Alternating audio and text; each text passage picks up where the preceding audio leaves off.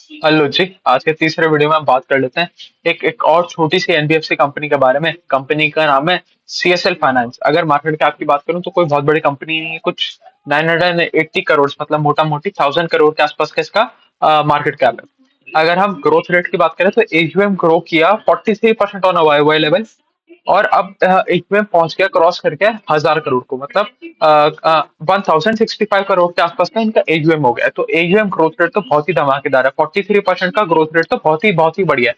But वो बात यह है कि बेस छोटा है। और अब देखो, हमें बेस से ज्यादा फर्क पड़ना नहीं चाहिए। अगर ग्रोथ ज्यादा है तो ज्यादा है, हमें हमें फोकस करना है ग्रोथ पे। आपको हमें कोई मतलब नहीं है कितने बेस पे ग्रोथ आ रही है। अगर वो 10 लाख करोड़ के बेस पे ग्रोथ आ रही है तो वो बेटर है।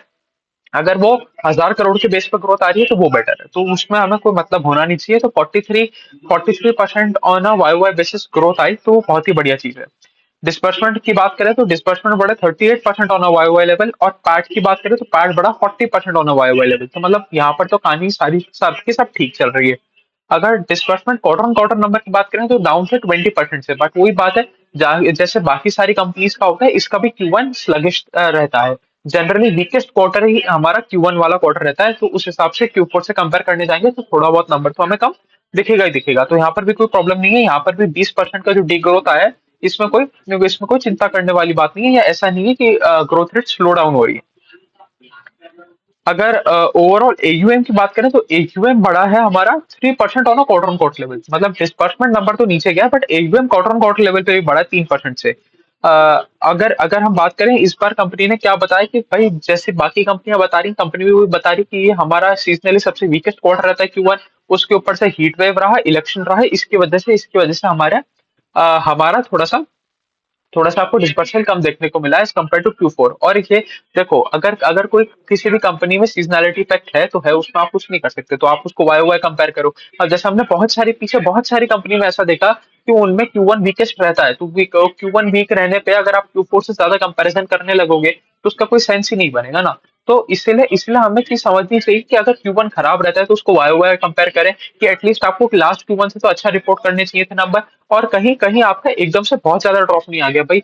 20-30% का ड्रॉप अगर आपके रेगुलरली हर साल 10 साल 10.5 साल आ रहा है तो कोई दिक्कत वाली बात नहीं है। बट वहीं वो 70% का ड्रॉप हो जाए तो वो एक दिक्कत वाली बात है। तो यहाँ पर ऐसी कोई चीज हमें देखने को मिल नहीं रहा। अगर हम लोन बुक सेगमेंटेशन की बात करें तो लोन बुक सेगमेंटेशन अब बढ़ के हो गया है 41:59 का। Wholesale is to sorry retail is to wholesale के में। तो मतलब दो मेन सेगमेंट है। देखो, होने को तो तीन सेगमेंट है, बट जो तीसरा वाला सेगमेंट है उसमें कुछ बहुत छोटा सा, ऑलमोस्ट ऑलमोस्ट 3 करोड़ का ही लोन बुक है। तो आप 3 करोड़ का लोन बुक मतलब ऑलमोस्ट जीरो ही मान लो आप। उसमें कोई हमारा है ही नहीं। आप तो ऐसा मान लो कि दो दो ही मेन सेगमेंट है। एक तो सेगमेंट हो गया हमारा होलसेल का, और एक सेगमेंट हो गया हमारा एसएमई रिटेल का। तो एसएमई रिटेल वाला सेगमेंट तो है 41%, और जो होलसेल वाला है वो है 59%। और इस बार होलसेल वाले में थोड़ी सी ज्यादा ग्रोथ देखने को मिली, इसकी वजह से होलसेल सेगमेंट का थोड़ा सा पोर्शन साइज बढ़ गया। बट मैनेजमेंट कहता है कि भाई ये वापस रिटेल की तरफ ज्यादा ग्रोथ आने लगेगा, क्योंकि Q1 स्लगिश रहता है, हीट वेव रहा रिटेल में, इसी वजह से थोड़ा सा हमारा डिसबर्समेंट भी कम रहा। और रिटेल Q1 में थोड़ा ठंडा भी था, इसकी वजह से हमारा Q1 में रिटेल वाला पोर्शन थोड़ा सा कंप्रेस हो गया। वहीं अगर आप देखने जाओगे वहीं वहीं अगर आप देखने जाओगे तो आपको पता चलेगा कि Q2 से वापस रिटेल वाला सेगमेंट ज्यादा पेस पे ग्रो करना स्टार्ट कर देगा। और जैसे ही वापस ज्यादा पेस पे ग्रो करना स्टार्ट कर देगा, वो अपना वापस शेयर बढ़ाना शुरू कर देगा। तो ये अभी अभी तो इनका पहला बेसिक टारगेट ये है कि इसको हम 50-50 पे लेके जाएं, कि 50% ही हमारा एसएमई रिटेल और 50% ही हमारा होलसेल। तो उसकी तरफ ये बढ़ने की कोशिश कर रहे हैं। अगर हम बात करें तो इन्होंने इस बार 3 नए पार्टनर ऐड किए। तो अब ये क्या करता है, ये भी बेसिकली करता तो को लेंडिंग ही है। जैसे जैसे बाकी बाकी एनबीएफसी करते हैं बैंक के साथ, वैसे ही ये भी को लेंडिंग करता है। ये भी को लेंडिंग करता है। तो इसके इन्होंने इस क्वार्टर में 3 नए पार्टनर्स ऐड किए, और पार्टनर ऐड किए और किस बेसिस पे ऐड किए, इस बेसिस पे ऐड किए कि इन्होंने लास्ट क्वार्टर में इनको रेटिंग अपग्रेड भी मिला था। तो उसकी वजह से भी इनका कुछ पार्टनर एडिशन हुआ, और तीनों के तीनों पीएसयू बैंक से ऐड किए। एक तो शायद बैंक ऑफ महाराष्ट्र ऐड किया, कैनरा बैंक ऐड किया, और एक और कोई बैंक ऐड किया। तो तीनों के तीनों पीएसयू बैंक से ऐड कर लिए इन्होंने अपने पार्टनर लिस्ट में। तो अब इनके टोटल पार्टनर बढ़ के हो गए 26। अगर ब्रांचेस की बात करें तो इन्होंने इस बार फाइव मोर ब्रांचेस इन्होंने ऐड करी। ये सब बात कर रहे हैं हम एसएमई सेगमेंट में। तो 5 नई ब्रांचेस ऐड करी, और टारगेट दिया है कि FY26 मतलब नेक्स्ट 7 क्वार्टर्स में हम अपनी ब्रांचेस डबल कर देंगे। अगर हम एक नया जो इनका प्रोडक्ट है, जो मैं तीसरा सेगमेंट बता रहा था कि उसमें सिर्फ 3 करोड़ का ही एयूएम है, उसकी थोड़ी सी बात करें तो हमें पता चलेगा वो क्या करते हैं। वो बेसिकली आप ऐसे समझो वो सिर्फ फाइनेंस करते हैं, इन्वेंटरी फाइनेंसिंग करते हैं। इन्वेंटरी फाइनेंसिंग क्या हो गया कि जैसे कुछ सपोज एपीएल अपोलो का एक फैब्रिकेटर है, तो उस फैब्रिकेटर को जाके पैसा दे देंगे कि भाई एक तो एपीएल अपोलो से उसकी बैकिंग है, इसकी वजह से उसको पैसा देना इस प्रेटी मच सेफ कि आपको अपोलो से तो पैसा आ ही जाएगा, और जब अपोलो से फैब्रिकेटर को पैसा आ जाएगा तो फैब्रिकेटर आपको भी पैसा चुका देगा। तो इस तरीके से ये लोग अपना सुविधा लोन्स के अंडर इन्वेंटरी फाइनेंसिंग कर रहे हैं। तो इन्वेंटरी फाइनेंसिंग बहुत ही मतलब एकदम पिछले क्वार्टर में इन्होंने स्टार्ट ही किया था, और बहुत ही छोटा सा बिजनेस है। अभी कुछ बहुत बड़ा एयूएम बना ही नहीं है, कुछ 3 1 करोड़ के आसपास का ही इनका एयूएम भी है। अगर हम वहीं देखें रिटेल सेगमेंट की, तो रिटेल सेगमेंट इनका 100% सिक्योर्ड है, 100% सिक्योर्ड है। और इनका जो loan to value ratio, LTV ratio की बात करें, तो एलटीवी रेशो भी करीबन करीबन 34% के आसपास ही है। तो मतलब अगर अगर आप इनके पास 100 रुपए का कोलेटरल लेके जाओगे, तो ये आपको 100 रुपए के कोलेटरल के बदले 34 रुपीज ही देंगे। तो हाईली सिक्योर्ड बिजनेस है, यहाँ पर ज्यादा दिक्कतें होती नहीं। इसीलिए हम आगे चल के देखेंगे इनकी एसेट क्वालिटी भी अच्छी मेंटेन्ड है। अगर हम देखें इनकी ब्रांचेस कहाँ कहाँ पर है, तो मेनली इनकी 7 स्टेट में ब्रांचेस है, 7 8 स्टेट्स में इनका भी प्रेजेंस है, और वो भी सिर्फ नॉर्थ और नॉर्थ वेस्ट वाली साइड में है भाई। मतलब ये गुजरात, राजस्थान और यूपी और दिल्ली, हरियाणा, पंजाब, इन्हीं इन्हीं वाले स्टेट्स में। अभी ये पैन इंडिया फैले ही नहीं है। तो टोटल हम देखने को जाएंगे तो कुछ कुछ 34 ब्रांचेस ही हैं इनकी इनकी इन सारे स्टेट्स में। तो अभी बहुत ज्यादा जोग्राफिकल कॉन्सेंट्रेशन है। अब धीरे धीरे डाइवर्सिफाई करेंगे। मतलब अभी हमें पता चल रहा है स्कोप तो बहुत है, स्कोप तो बहुत है, स्कोप की तो कोई कमी ही नहीं है। अभी आप 4 5 6 स्टेट्स में हो, 7 स्टेट 8 स्टेट में हो, अभी तो आप अपने स्टेट भी करीबन करीबन 2.5x कर सकते हो। तो स्कोप में तो कोई दिक्कत ही नहीं है।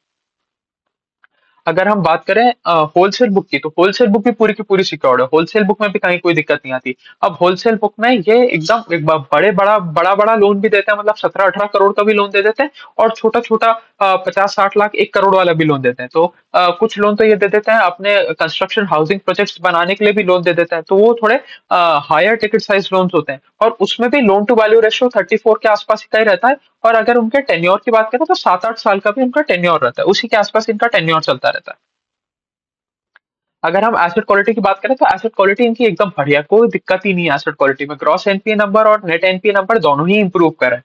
अगर हम वाई वाई लेवल पे देखें तो ग्रॉस एनपीए नंबर इंप्रूव कर गया फ्रॉम फ्रॉम पॉइंट 75% टू 0.45%, मतलब 0.45% का ग्रॉस एनपीए नंबर है। मतलब बहुत ही बढ़िया एसेट क्वालिटी है। और वहीं नेट एनपीए नंबर की बात करें तो नेट एनपीए नंबर भी इंप्रूव कर गया पॉइंट फ्रॉम 0.43% टू 0.26%।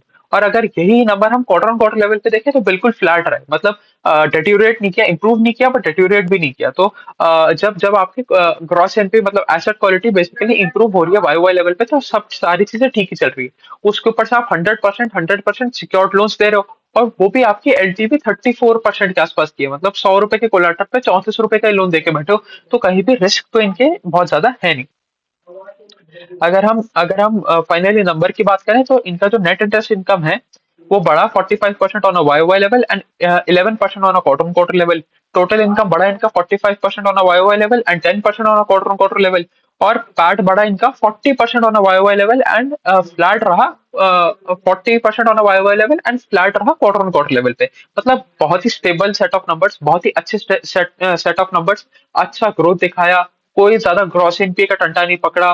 तो हमने इतनी सारी माइक्रो फाइनेंस कंपनी देख ली है, करीबन करीबन 15 15 20 माइक्रो फाइनेंस कंपनी और ये छोटे स्मॉल फाइनेंस बैंक, सबकी एसेट क्वालिटी में कुछ ना कुछ दिक्कत आई जा रही है।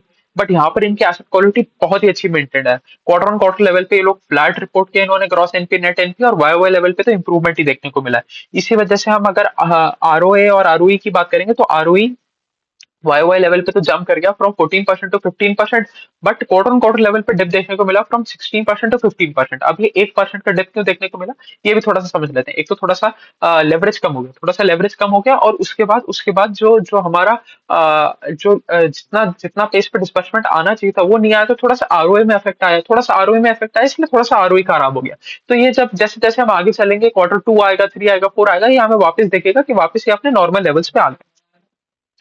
वहीं अगर आरओई की बात करें तो आरओई भी आरओई का भी सेम हाल था कि आरओई भी वाई वाई लेवल पे तो बढ़ा, और क्वार्टर ऑन क्वार्टर लेवल पे लगभग लगभग 20 बेसिस पॉइंट से डिप कर गया। तो कोई बहुत ज्यादा खास डिप आया नहीं है, आरओए आरओई बहुत ही बेहतरीन लेवल्स पे मेंटेन रहा।